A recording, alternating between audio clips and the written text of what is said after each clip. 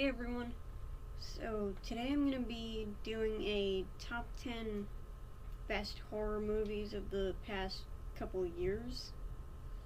Now, in order for a movie to end up on this list, I had to want to rewatch it after seeing it the first time.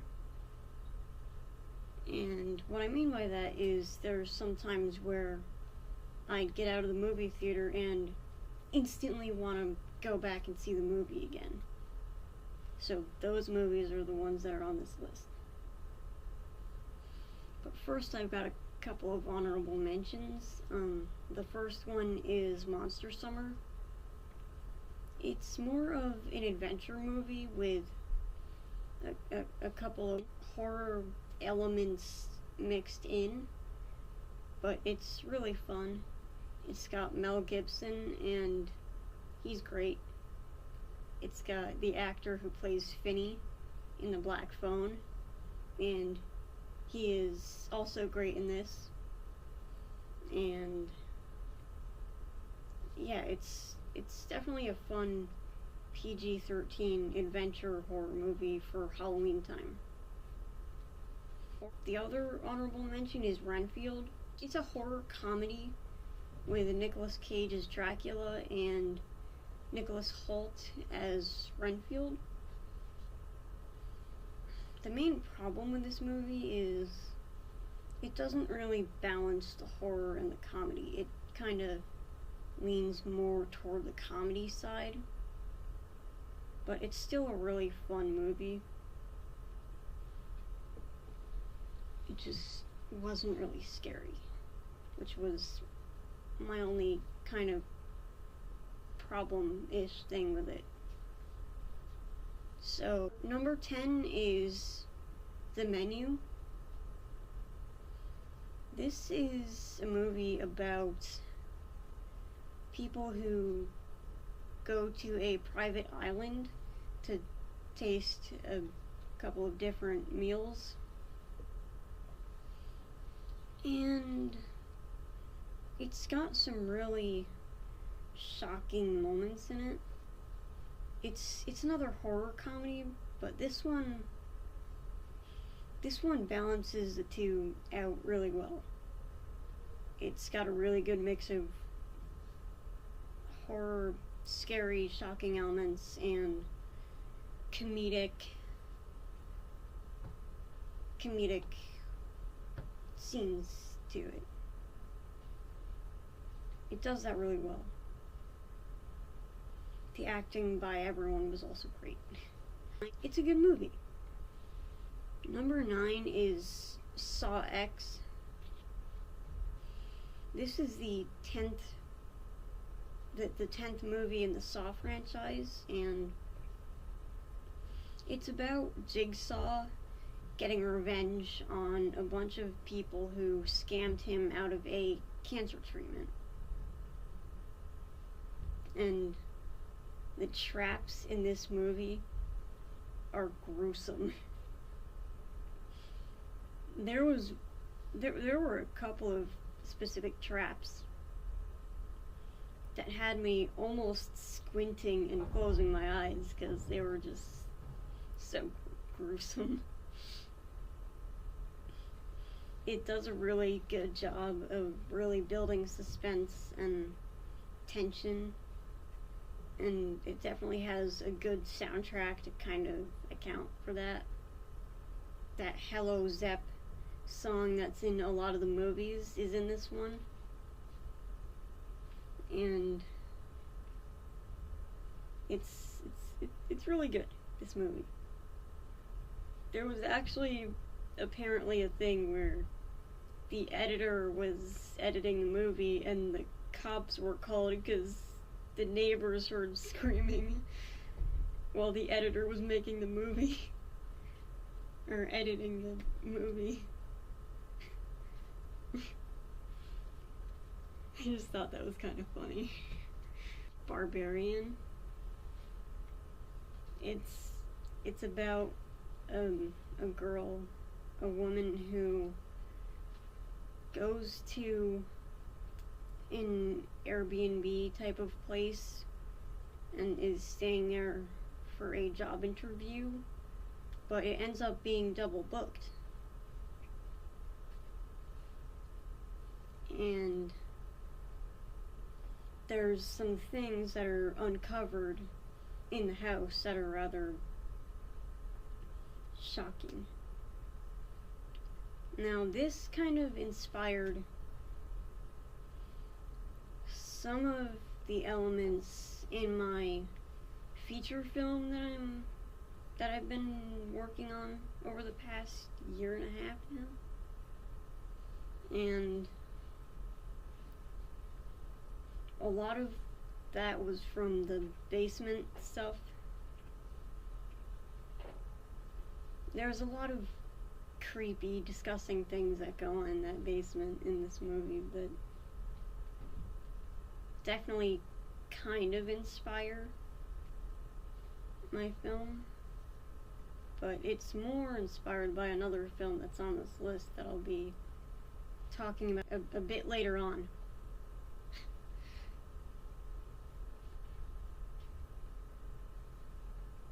Number 7 is Thanksgiving. It's about a Black Friday disaster that happens, and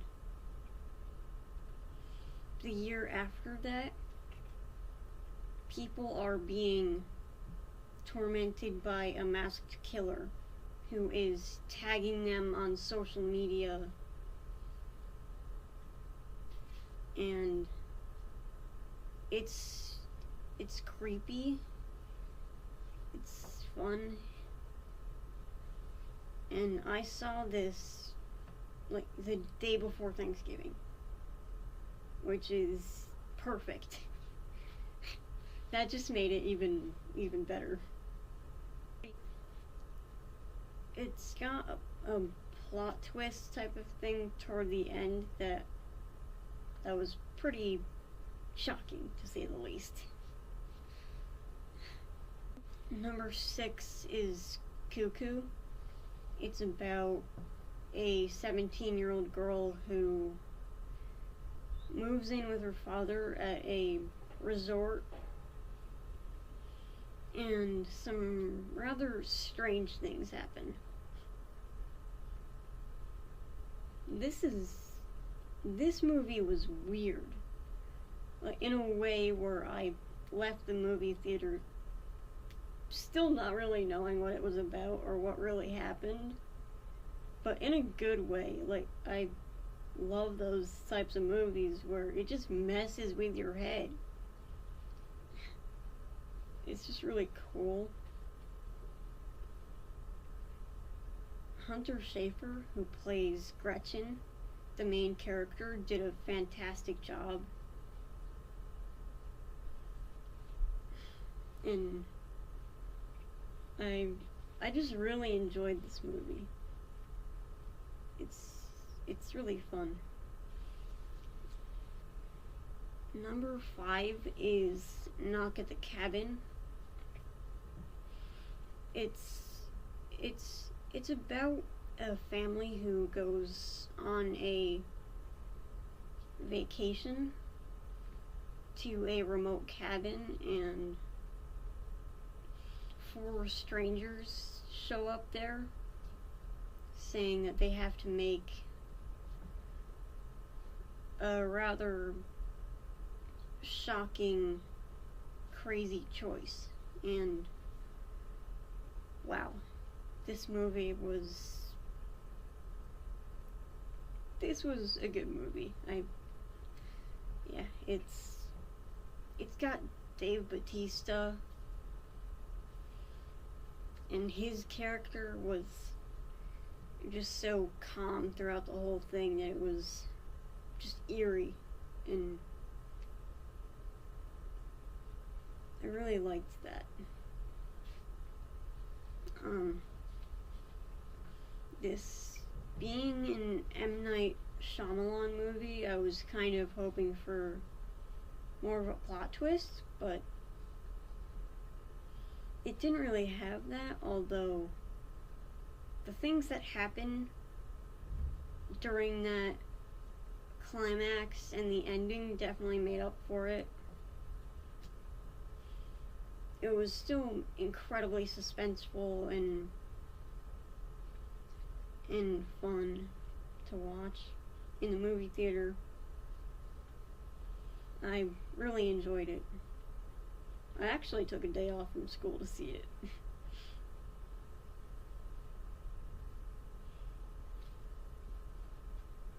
Number 4 is The Black Phone. It's about a 14-year-old boy named Finney who gets kidnapped by a masked killer called the Grabber. And something cool that this movie did was it drops you in the middle of the story instead of starting off at the beginning. Things have already happened when you start off. And it's really cool. Now this was the main movie that really inspired a lot of the elements in my feature film. The whole kidnapping premise and the basement was, yeah, that really inspired it. But the soundtrack was also really good. Madeline McGraw's character, Gwen, was also fantastic. The whole cast was amazing. Ethan Hawke, Mason Thames, Madeline McGraw, everyone.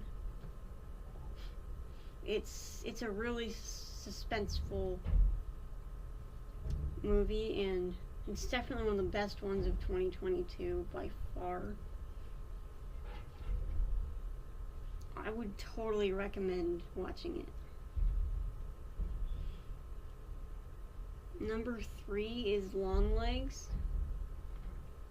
It's about an FBI agent who is assigned to a serial killer case that takes a turn into kind of occult type territory here. Now, Nicolas Cage's character is... how else do I put this besides he's Nicolas Cage doing Nicolas Cage things? He's just off the walls in this movie, and I thought it was really cool. Micah Monroe plays Lee Harker, who is the main FBI agent, and I thought she did a really good job. And I really liked the marketing for this movie too. It didn't really show much in the trailers, which is kind of a really big problem nowadays, where they give away too much in the trailers, and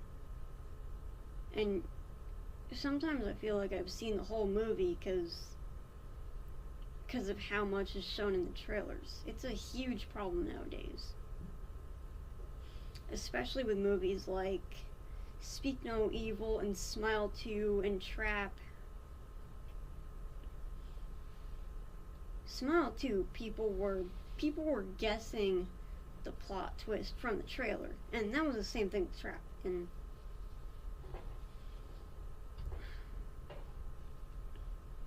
And come on, it's ridiculous. Just kind of makes me not want to see the movies when they're giving everything away in the trailer. And the director of this movie he's making another movie that's being released in February of next year called The Monkey. And the teaser trailer, the first teaser trailer for that movie showed nothing. It was just drums and credits. That was it. Now that is some genius marketing right there. Putting this director, Osgood Perkins, putting their name on it and making this weird teaser trailer is definitely an almost genius marketing strategy. Anyway, next up for number 2 is Nope. It's Jordan Peele's third horror movie. His first 2 were Get Out and Us. And Nope is about people who see this weird thing flying above their horse ranch. And yeah, it's creepy. The way they kind of did a lot of the things with the sound was really cool. They recorded 2 different takes of people screaming and like stacked them on top of each other in the editing, and it was really cool. The soundtrack was also amazing. It did a really good job of like making things a lot creepier.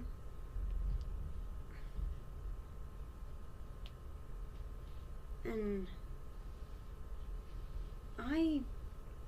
another thing I really liked was the way that they like had things slow down. There would be music playing and then it would just go to almost a screeching halt and slow down. Like they had the song I Wear My Sunglasses at Night playing in one of the scenes, and it slowed down to a crazy degree. And it's scary. I'm gonna just say that right now. It's a really scary movie, actually. Especially with the whole concept of spectacle is a major thing here. And the way they kind of use that in this movie is really cool. I love the way that Jordan Peele is making his movies like this. It's almost like a psychological horror type of thing, but not exactly. It's really cool. And there were some shots in this movie that were great. Like, you had the inside of the thing with the people inside of it. It was and the scene where it was like raining blood almost. They were just really cool scenes that I liked. And the last one here is Strange Darling. It's about a girl who goes on a date with a guy, just some random guy, and things go a bit wrong,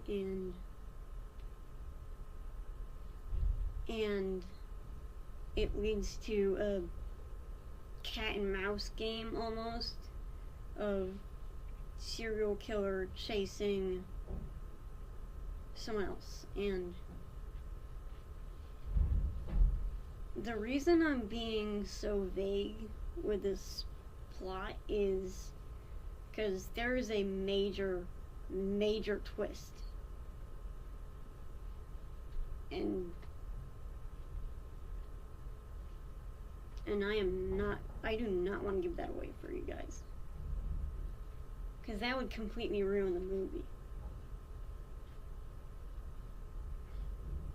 The way that they did this, like, the fact that it was Giovanni Ribisi's first time doing cinematography, and it was that good. It blew me away. This whole movie just blew me away. The color grading, the acting, everything. And also the marketing. Here's the problem. The marketing was not great. They only did one trailer, and the thing I've noticed with a lot of these independent movies is that they're kind of overlooked by a lot of movie theaters. I had to go an hour away to see this movie because it wasn't playing at my more local movie theater. They were showing a lot more mainstream movies there.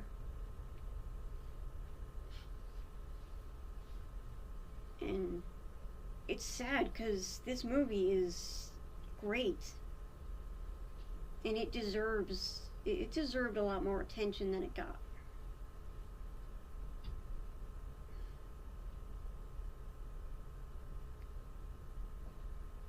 It's one of those movies where you go in thinking it's going to be one thing, but it's not. It completely flips on its head.